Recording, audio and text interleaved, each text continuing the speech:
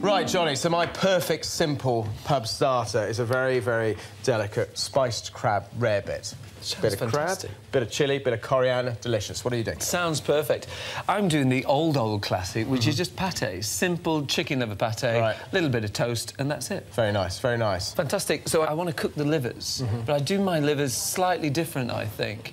A bit old school in a way. You know, I've soaked them in milk. OK. They've been cleaned, just to get that bitterness out? Yeah, it is. It sort of softens it, really. So, literally, we just need to drain these off. They've been soaking now for a couple of hours. Yeah. They just get drained off. While his chicken livers drain, Johnny transfers some cooked shallots, garlic and thyme to a bowl and then puts some pancetta on to fry. And that's a little bit of, what, smoked pancetta, is it? This is smoked pancetta. Get some heat into that, and what will happen is that beautiful flavour of that smoked ham will come out into the oil. The chicken livers are dried to remove excess moisture. Then Johnny checks on his pancetta and transfers it to the bowl, along with the shallots and garlic. Next, he seasons the livers and puts them on to fry. This is a favourite of mine, but why would you say this is the perfect pub starter? This is definitely the perfect pub starter because this is going to be a sharing dish as well, you know, so pate, toast, it's a doing dish. You know, people are getting involved in it. You get your fingers dirty, you know, which... That's always the best food. Yeah, I think so, definitely. You don't want to overcrowd your pan. Obviously, it's quite important. That lovely caramelisation is exactly what we're looking for. Once they're turned over, they just need 30 seconds maximum, and then they can be taken out. Once cooked, Johnny removes the livers and leaves them to cool on a rack. And then, to me, one of the most important things is what's in the bottom of that pan now. That's the most important thing, really. So I'm going to deglaze with my 2 bits of booze. One is quite vibrant and strong, you know, the cognac or, you know, Armagnac brandy. That's going to give it a really good flavour throughout. Right. In goes the... Bit of drama there. Yeah, bit of drama. Everyone loves that. He then adds Madeira to the pan with the brandy and lets the alcohol cook out. That can go in. That's where all the flavour is, really, the dregs in the bottom of the pan. Yeah, absolutely.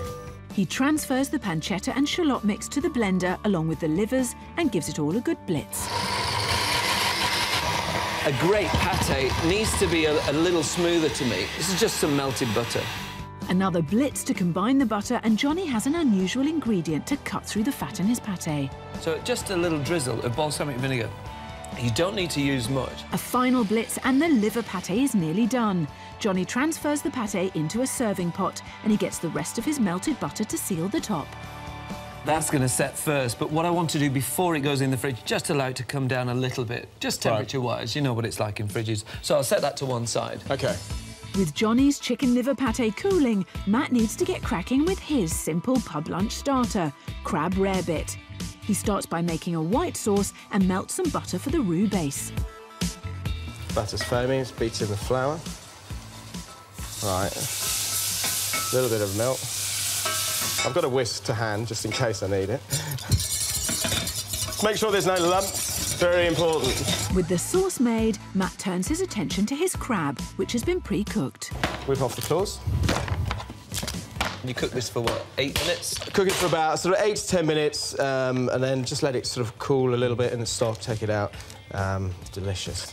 Matt cracks the crab claws, picks out the meat and adds to a bowl. OK, so all the white meat, taking out those hefty claws. So you only get claws like that on the male crab, don't you? Yeah, 100%. So that's what I'm after. I mean, you know, obviously you can make delicious dressing from all that meat in the head, but for this I'm just going to use the white meat.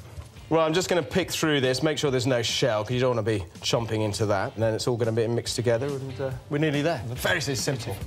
2 very simple pub lunch starters, but which will the judges go for? Matt's crab rarebit or Johnny's chicken liver pate?